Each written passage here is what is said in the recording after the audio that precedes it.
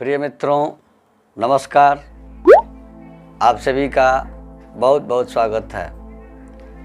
मैं पंडित Markande Dubey, Bokaro steel city Jharkhand से। मित्रों, देवगुरु बृहस्पति का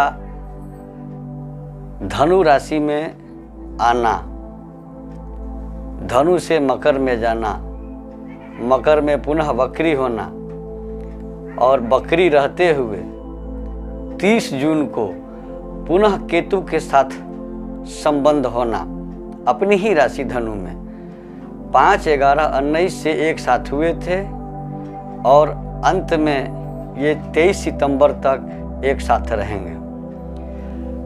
30 मार्च से 29 जून तक मकर में शनि के साथ रहेंगे। 14 मई से मकर में वक्री हो गए। 29 जून तक वक्री अवस्था में 46 दिनों तक शनि के साथ वक्री अवस्था में देवगुरु रहेंगे। 30 जून को पुनः अपनी राशि में केतु के साथ वक्री अवस्था में 13 सितंबर तक रहेंगे, क्योंकि गुरु 13 सितंबर तक वक्री रहेंगे। अब 13 सितंबर से धनु में मार्गी होकर और 19 नवंबर तक धनु में रहेंगे। 20 नवंबर को पुनः नीच राशि में मकर में शनि के साथ गुरु का संचार होगा। केतु के साथ वक्री अवस्था में 13 सितंबर तक रहेंगे। उसके बाद 10 दिन अर्थात 23 तक गुरु मार्गी रहेंगे और इन लोगों का संचार एक साथ होगा। 23 सितंबर से केतु अलग होकर पिछली राशि में वृश्चिक राशि में चले जाएंगे और गुरु 20 नवंबर को अगली राशि में चले जाएंगे। इस परिस्थिति में इस वक्री होने, केतु से पुनः संयोग होने और शनि से संबंध हटने पर इन 12 राशियों में किन 9 राशियों को बहुत ज़्यादा लाभ होने वाला है, बिगड़े काम बनने वाले हैं, रुके हुए काम आगे बढ़ने वाले हैं, धन मिलने वाला है, शिक्षा में तरक्की होने वाली है, संतान प्राप्ति होने वाले हैं, विवाह के व्यापार के नए अनुबंध प्राप्त होने वाले हैं, विवाह के नए अवसर प्राप्त होने वाले हैं, भाग्योदय होने वाला है, धार्मिक यात्राएं होने वाली हैं, जॉब प्राप्ति होने वाली है, मान सम्मान बढ़ने वाला है, तरक्की लाभ जस ख्याति होने वाली है। इनका हम विवेचन करेंगे, आपको इसकी जानकारी देंगे। किंतु जानकारी दें इसके पहले आपसे निवेदन करूंगा कि यदि अब तक आपने हमारे वास्तु बोकारो दर्शनम चैनल को सब्सक्राइब नहीं किया है तो कृपया सब्सक्राइब अवश्य कर लें, नोटिफिकेशन बेल को दबा दें, वीडियो लाइक करें और अधिक से अधिक लोगों को शेयर करें।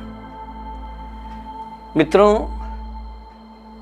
देवगुरु बृहस्पति जीवों के कारक हैं। जब यह शुभ अवस्था में होते हैं किसी राशि से 2, 5, 7, 9, 10 और 11वें भाव में जब जाते हैं तो उस राशि के जातकों को बहुत अधिक लाभ होता है। उनके शुभ कार्य होने लगते हैं, उनके विवाह होते हैं, उनकी नौकरी प्राप्त होती है। जिस भाव में जाते हैं उस भाव को शुभ कर देते हैं। अब इसी सिलसिले में क्योंकि गुरु की 5वीं और 9वीं दृष्टि प्रबल होती है, 5म और 9वीं दृष्टि जहाँ भी पड़े उस स्थान पर वृद्धि होने लगता है। इसी क्रम में 12 राशियों की विवेचना करते हैं, जिसमें 9 राशियां लगभग ठीक हैं, 5 राशियां बहुत भाग्यशाली हैं, 4 राशियां सम हैं, लेकिन 3 राशियां ऐसी हैं जिनको तकलीफ होने वाला है। सबसे पहली राशि है मेष राशि। मेष राशि के जातकों के शनि के साथ गुरु वक्री हैं। 30 जून को अपने घर धनु राशि में 9वें भाव में आ जाएंगे। 9वें से शरीर और संतान, शिक्षा, विद्या, बुद्धि के ऊपर इनका नजर पड़ेगा और योजनाएं सफल होंगी। नौकरी में नए पद की प्राप्ति, संतान, शिक्षा और स्वास्थ्य सर्वत्र लाभ मिलेगा मेष राशि के जातकों को। दूसरी राशि है वृषभ राशि। वृषभ राशि के अभी वर्तमान में शनि 9वें में गोचर कर रहे हैं। ये 30 जून से 8वें भाव में केतु के साथ अपनी राशि में हो जाएंगे। 8वां भाव तनाव का, आयु मृत्यु का होता है। कारोबार, व्यापार यह सब कमज़ोर होने लगेगा और वाहन चलाने में वृषभ राशि के जातकों को सतर्कता बरतनी होगी, क्योंकि 20 नवंबर तक तो इन्हें हर हालत में सतर्क रहना होगा। तीसरी राशि है मिथुन राशि। मिथुन राशि के अष्टम भाव में देवगुरु बृहस्पति का शनि के साथ गोचर हो रहा है। ये 30 जून को अपनी राशि धनु में सप्तम भाव में आ जाएंगे। सातवां भाव व्यापार, पत्नी और सूक्ष्म कर्म स्थान का होता है। तो मिथुन राशि के जातकों को कामकाज में प्रगति आने लगेंगे, आय के नए स्रोतों की प्राप्ति होने लगेगी, आय के नए साधन प्राप्त होंगे। चौथी राशि है कर्क राशि। कर्क राशि के 7वें भाव में मकर राशि में देवगुरु बृहस्पति शनि के साथ चल रहे हैं। 30 जून को ये छठे भाव शत्रु और रोग भाव में स्वराशि धनु में केतु के साथ संयोग करेंगे, तो कार्यस्थल पर विवाद प्राप्त हो सकता है, विवाद उत्पन्न हो सकते हैं और खासकर स्वास्थ्य में कमजोरी होने के संकेत मिल रहे हैं। 5वीं राशि है सिंह राशि। सिंह राशि के जातकों के छठे भाव में गुरु का शनि के साथ गोचर हो रहा है। 30 जून को गुरु पंचम भाव संतान और विद्या, वाणी, बुद्धि के घर में पहुंचेंगे। वहां से इनकी दृष्टि नवम और शरीर भाव पर पड़ेगा, तो भाग्योदय होगा, शारीरिक कष्ट दूर होंगे, धार्मिक यात्राएं होंगी, स्वास्थ्य में सुधार होने लगेगा, किंतु संतान संबंधी कोई न कोई चिंता इनकी बनी रहेगी। छठी राशि है कन्या राशि।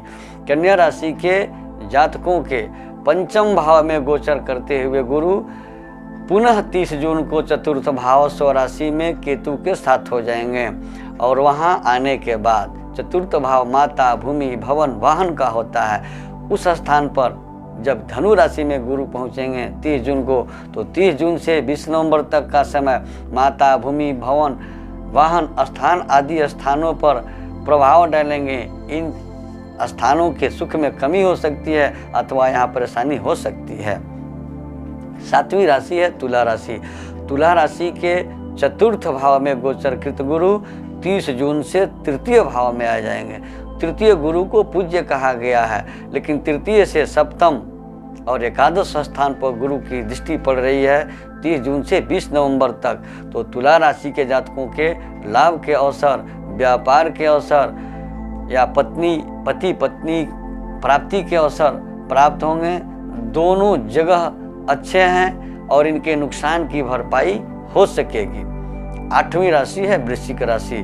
वृश्चिक राशि के तृतीय भाव में गोचरकृत गुरु 30 जून से 20 नवंबर तक द्वितीय भाव में, वाणी और धन भाव में, कुटुंब भाव में, चूंकि ये वाणी और विद्या भाव के अधिपति होकर के स्वगृह में केतु के साथ जा रहे हैं, तो इन्हें चारों तरफ से लाभ ही लाभ मिलेगा। नए जगहों पर यात्राएं हो सकती हैं, नए जगहों पर जाने के अवसर प्राप्त हो सकते हैं, मित्रों से मुलाकात हो सकती है। 9वीं राशि है धनु राशि। धनु राशि के द्वितीय भाव में वाणी, कुटुंब और धन के घर में शनि के साथ गोचरकृत गुरु 30 जून से 20 नवंबर तक अपनी राशि धनु में केतु के साथ होंगे। तो धनु राशि के जातकों के लिए अति शुभ समय बन रहा है। इनके बुद्धि विवेक के बल पर इनका भाग्योदय कराएंगे, इनके जीवन में व्यावसायिक अवसर प्राप्त होंगे, लंबित कार्य पूरे होंगे, विवाह और व्यापार के प्रस्ताव इन्हें प्राप्त होंगे, मित्रों से सहयोग मिलेगा, बिछड़े मित्र पुनः मिलेंगे। अगली राशि है और 10वीं राशि है मकर राशि। मकर राशि के जातकों के राशि में शनि के साथ गोचरकृत गुरु 30 जून से अपनी राशि धनु में 12वें भाव में हो जाएंगे और 30 जून से 20 नवंबर तक 12वें भाव में गुरु का गोचर होगा। तो इनका धर्म के कार्यों में धन का व्यय होगा, कार्यों में, कर्मों में रुचि बढ़ेगी, लेकिन धन की कमी हो सकती है, जिसके चलते मानसिक तनाव हो सकता है, कार्यों में बाधा आ सकती है। 11वीं राशि है कुंभ राशि। कुंभ राशि के जातकों के 12वें भाव में गोचरकृत गुरु शनि के साथ कुंभ राशि के अधिपति के साथ हैं, किंतु इन्हें अभी जो परेशानी हो रही है 30 जून के बाद, 30 जून को जब गुरु अपनी राशि धनु में 11वें भाव में केतु के साथ चले जाएंगे, तो कुंभ राशि के जातकों की योजनाएं सफल होने लगेंगी, धन लाभ के सुअवसर प्राप्त होंगे और नुकसान की भरपाई हो सकेगी, जश और ख्याति इनको मिलने लगेगी। 12वीं और अंतिम राशि है मीन राशि। मीन राशि के जातकों के वर्तमान में 11वें भाव में गोचरकृत गुरु लाभ स्थान पर हैं और 30 जून को ये कर्म स्थान पर जाएंगे। तो इस राशि के जातकों को, मीन राशि के जातकों को 11वें भी गुरु ठीक हैं और 10वें गुरु स्वगृह में केतु के साथ भी शुभ हैं। तो इन्हें नई योजनाएं बनेगी, इनको नई योजनाएं प्राप्त होंगी, धार्मिक कार्यों के अवसर प्राप्त होंगे, कर्म, मान, सम्मान, पद, प्रतिष्ठा की प्राप्ति हो सकेगी।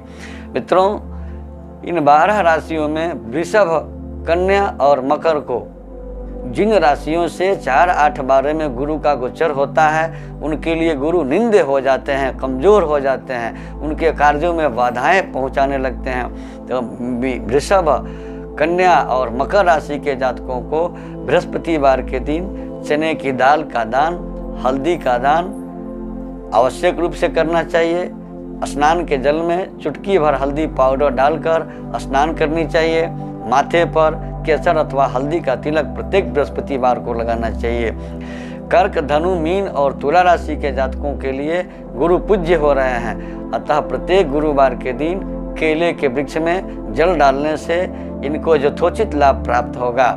मेष, मिथुन, सिंह, वृश्चिक और कुंभ राशि के जातकों के लिए गुरु अपने आप शुभ हैं, बली हैं, अतः इन्हें कोई पूजा पाठ की जरूरत नहीं है। अगर जन्म कुंडली में गुरु कहीं से कमज़ोर है तो पुखराज धारण कर सकते हैं। मित्रों, हमारे यहाँ जन्म कुंडली बनाई जाती है, जन्म कुंडली देखी जाती है, वास्तु विजिट किया जाता है। वाराणसी के सुयोग्य विद्वानों के द्वारा बड़े से बड़े यज्ञ और अनुष्ठान करवाए जाते हैं। जिन किन्हीं सज्जन को इसकी आवश्यकता हो, कृपया स्क्रॉल पर दिए गए हमारे नंबर से संपर्क कर हमसे अपॉइंटमेंट लेकर वास्तु विजिट करा सकते हैं, कुंडली दिखा सकते हैं, कुंडली बनवा सकते हैं, बड़े से बड़े यज्ञ अनुष्ठान करवा सकते हैं। धन्यवाद।